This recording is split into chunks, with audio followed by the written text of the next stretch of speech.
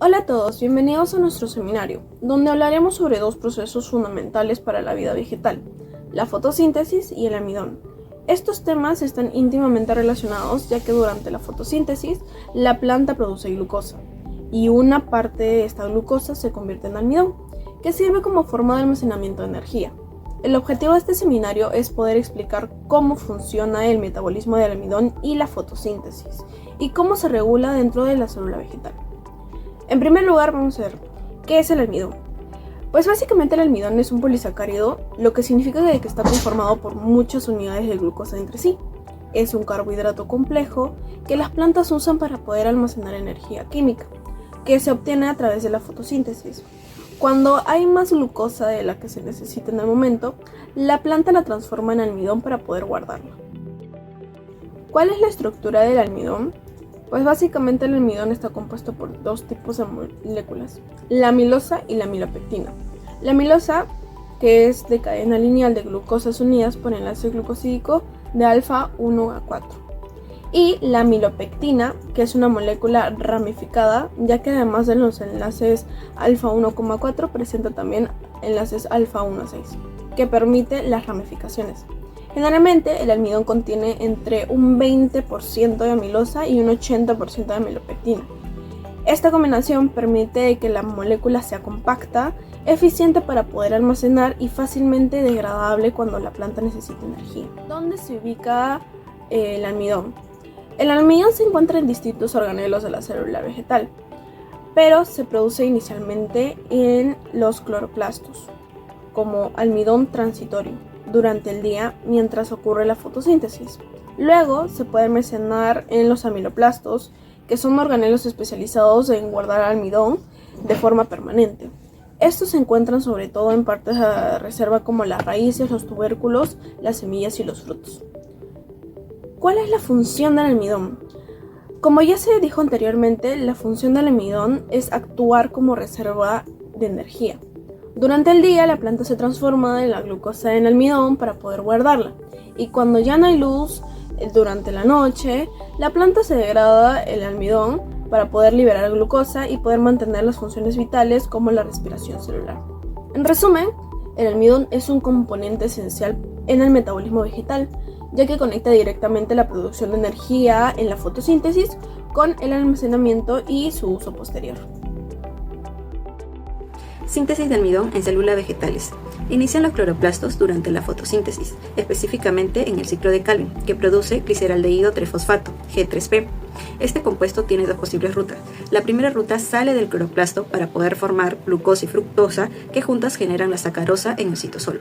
La segunda ruta se queda en el cloroplasto para formar almidón mediante reacciones similares a la gluconeogénesis. En esta vía interna, dos moléculas G3P se condensan mediante la enzima aldolasa para formar la fructosa 1,6-bifosfato, que es la que continúa con el proceso de la gluconeogénesis, convirtiéndose así a la fructosa 6-fosfato mediante la enzima fructosa 1,6-bifosfatasa. La fructosa 6-fosfato se convierte en la glucosa 6-fosfato mediante la enzima fosfoglucosomerasa. Hay que recordar que la glucosa como la fructosa son isómeros, por eso se usa una enzima isomerasa. La glucosa 6-fosfato se convierte en glucosa 1-fosfato mediante la enzima fosfoglucomutasa. Acá se va a dar un intercambio de grupo fosfato. La glucosa 1-fosfato se activa uniéndose a una base nitrogenada, que es la adenina, que intercambia su grupo fosfato por un ADP que proviene de un ATP, liberando pirofosfato. Esta reacción es catalizada por la enzima ADP-glucosa pirofosforilasa, que da como producto resultante la ADP-glucosa. La ADP-glucosa se junta con la enzima almidón-citasa, que es lo que nos da el almidón. Es decir, la almidón-citasa junta la glucosa a los extremos de la macromolécula del almidón para que así su cadena crezca. La cadena está formada por alfa 1,4 y alfa 1,6.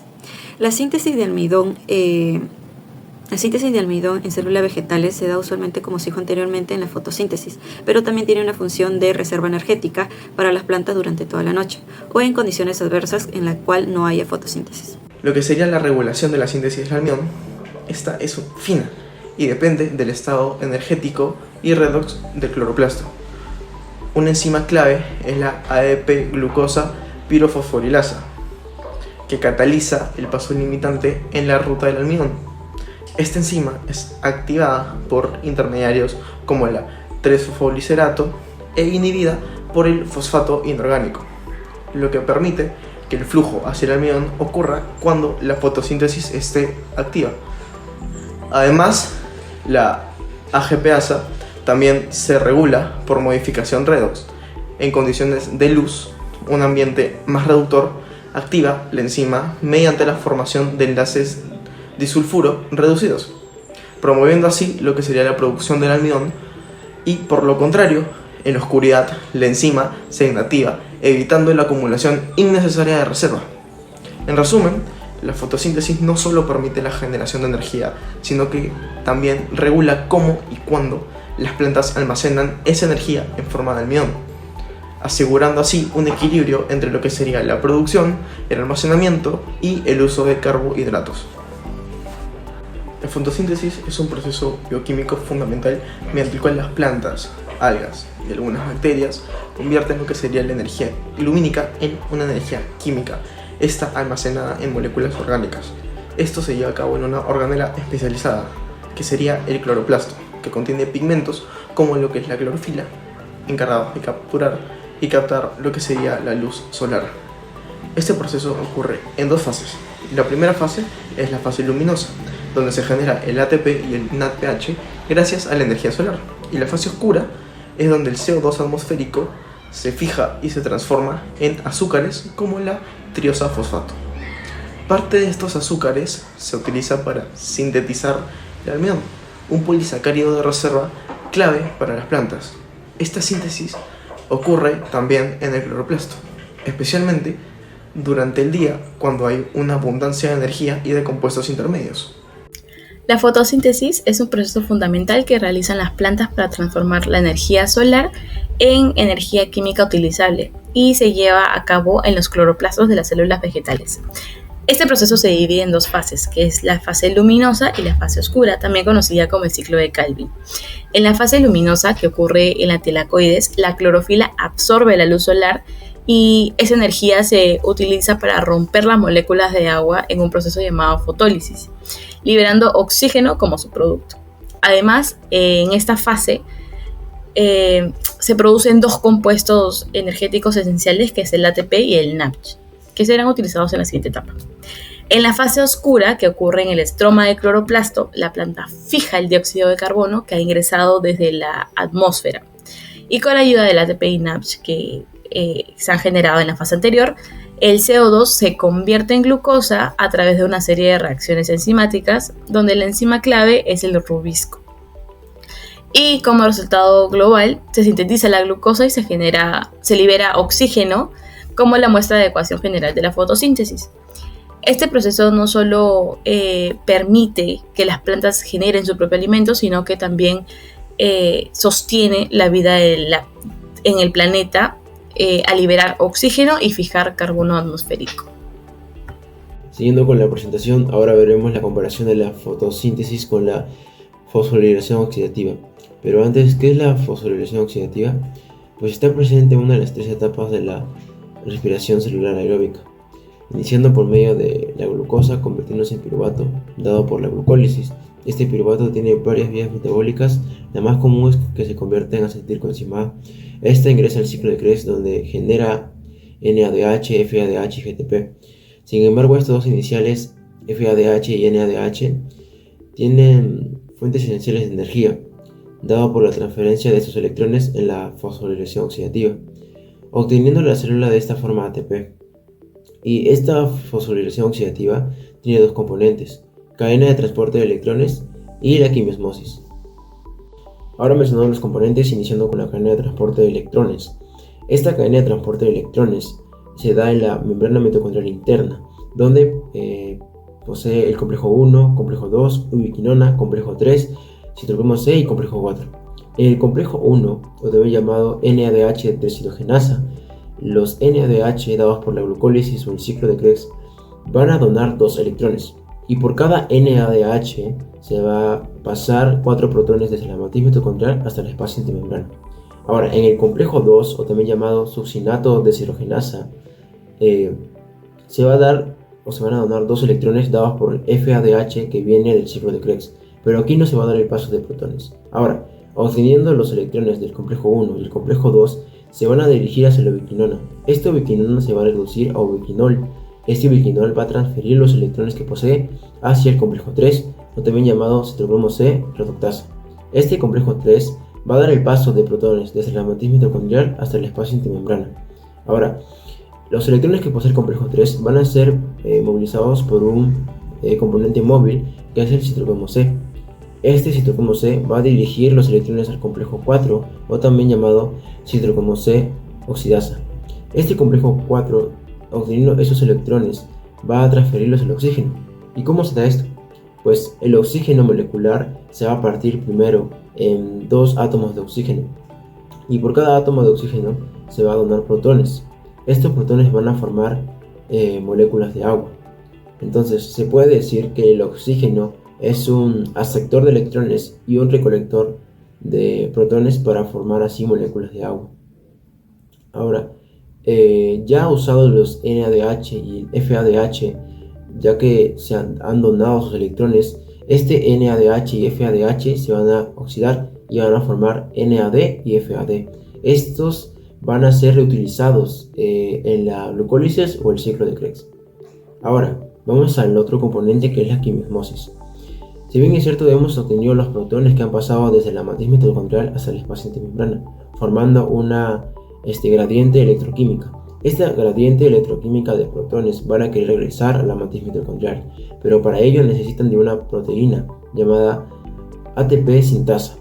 Pero este ATP sintasa necesita de dos sustratos, que es el ADP y el fósforo inorgánico, para así formar ATP. Ahora, ya teniendo una noción sobre la fosforilación oxidativa, vamos a comparar el proceso de la fotosíntesis con la fosforilación oxidativa. Antes, recordando un poco sobre la fotosíntesis, que es un proceso fundamental en el cual las plantas utilizan energía solar para transformarlas en energía química utilizable. Ahora, estas diferencias se pueden dar, o comparaciones, en la parte de la ubicación de los productos y de las fuentes. En la parte de la ubicación, la fosforilación oxidativa se da en la mitocondria, específicamente en la membrana mitocondrial interna. En la fotosíntesis se da en los cloroplastos, pero al tener dos fases, la primera fase se da en la tiroides y la segunda fase se da en el estroma. En la parte de productos, la fosforilación oxidativa genera lo que es ATP y agua. En la parte de la fotosíntesis genera lo que es oxígeno. Bueno, en las partes que son luminosas se da lo que es el ATP y el NADPH. Estos componentes ayudan a lo que es la síntesis de glucosa y también ayudado por la coenzima rubisco. Ahora, en la parte de las fuentes que son de la fosforilación oxidativa se da la oxidación de la glucosa. Y en la fotosíntesis se da parte por la energía solar. Ahora, las similitudes que pueden tener son en los aceptores de electrones, dado que los dos tienen. En la parte de la fosforilación oxidativa está el aceptor de electrones, que es el oxígeno, y en la fase luminosa de la fotosíntesis está el aceptor, que es el NADP. Continuamos con el caso clínico. En esta ocasión será una insuficiencia pancreática exocrónica. Mujer de 54 años sin antecedentes médicos de interés acude a consulta con instancia de su esposo, preocupados por cambios progresivos en su estado de ánimo y síntomas físicos, los cuales comenzaron aproximadamente 8 meses después de haber sido diagnosticada con una pancreatitis leve. Refiere sentirse constantemente cansada, irritable y con episodios de ansiedad, especialmente después de las comidas. También ha presentado pérdida de peso no intencionada, dolor abdominal intermitente, distensión abdominal y diarrea ocasional con heces voluminosas de olor fétido y aspecto grasoso. Su familia comenta que desde hace varios meses la paciente se muestra desinteresada por sus actividades cotidianas y que su estado de ánimo es variable, con episodios de llanto fácil, irritabilidad y tendencia a aislarse. En situaciones emocionales estresantes como discusiones familiares, la paciente refiere sensación de temblor interno y frío en el cuerpo, especialmente después de comidas ricas en carbohidratos como arroz, pan o pasta. Explorando sus antecedentes familiares, ella menciona que su madre falleció a los 60 años tras varios años de enfermedad crónica en la que presentaba problemas digestivos recurrentes, hinchazón y también episodios de irritabilidad y cambios de humor. Su hermana padece diabetes tipo 2 y ha tenido síntomas digestivos similares. Durante la consulta, la paciente refiere que al consumir alimentos como papas, arroz, galletas o plátanos, sus síntomas se intensifican, notando una mayor hinchazón gases y sensación de mareo. ¿Pero por qué se da esta patología? Bueno, primero tenemos la disminución de enzimas digestivas como la lipasa, amilasa y proteasas, lo cual reduce la capacidad de poder digerir grasas, carbohidratos y proteínas respectivamente. Cuando estas justamente faltan, hay una deficiencia de estas, llega a verse reflejado en las rutas metabólicas como en la beta, oxidación de ácidos grasos, la síntesis de eicosanoides, producción de hormonas esteroideas y déficit de vitamina D. Luego tenemos a las alteraciones de la absorción de las vitaminas y minerales debido a la mala digestión, en la cual se presenta deficiencia de vitaminas liposolubles como la vitamina B12, calcio, magnesio, zinc y otros minerales. Estos llegan a tener un impacto en lo que es la glucólisis porque llega a haber menos energía disponible en el ciclo de Krebs, que es menos acético-A, y la disminución de reservas de glucógeno. Luego tenemos a las alteraciones en marcadores bioquímicos, más que nada en los niveles bajos que son las proteínas plasmáticas, que es la albumina y la prealbumina, los cuales estos indican una desnutrición proteica. Cuando llegan a faltar estas proteínas, más que nada la falta de proteasa, hay una menor degradación de proteínas y menos absorción de aminoácidos, lo cual genera un impacto en la disminución de proteínas plasmáticas, como ya dije anteriormente, albumina, prealbumina. Luego está el déficit de la vitamina B12 y las alteraciones en la síntesis de los neurotransmisores. Por último tenemos el daño crónico al páncreas por hiperglucemia e inflamación. No es solo endocrino esto, también puede afectar las células axinares. El daño crónico se debe más que nada al diabetes tipo 2, porque esta genera una resistencia a la insulina. Luego llega a tener una hiperglucemia crónica el paciente. Luego sigue la inflamación y estrés oxidativo a nivel pancreático. Y producto de esto llega a haber un aumento de productos de finales de gliciación avanzada que dañan los tejidos. Y por último sigue la fibrosis progresiva y la artrosis acinar. En conclusión, el almidón actúa como reserva energética a largo plazo, permitiendo a las plantas poder sobrevivir durante la noche o periodos sin fotosíntesis. Esta se almacena en los gránulos dentro de los cloroplastos en las hojas y amiloplastos en raíces y semillas, y se degrada cuando la planta necesita glucosa para procesos como la respiración o el crecimiento. Luego, la enzima clave Aspasa es activada por la luz y el estado redox. Este estado reducido en el día, mientras que la disponibilidad de carbono, glucosa y fosfato modula la actividad, y este control asegura que la síntesis de almidón solo ocurra cuando hay exceso de carbono, evitando desperdicio de energía. También durante la fotosíntesis hemos visto que las plantas convierten la luz solar, agua y dióxido de carbono en glucosa y oxígeno. La glucosa es la base de la alimentación para los organismos heterótrofos, mientras que el oxígeno es indispensable para la respiración celular de casi todos los seres vivos. También vimos que la fotosíntesis y la fosforilación oxidativa son dos procesos complementarios que producen ATP. Pero ¿qué es lo que pasa? Que estos son diferentes, porque uno su fuente de energía es la fotosíntesis, que transforma energía solar en glucosa y ATP, anabolismo, mientras que la fosforilación oxidativa convierte la energía química en nutrientes de ATP, que es catabolismo. Y por último, la optimización en la síntesis de almidón y el rendimiento de los cultivos.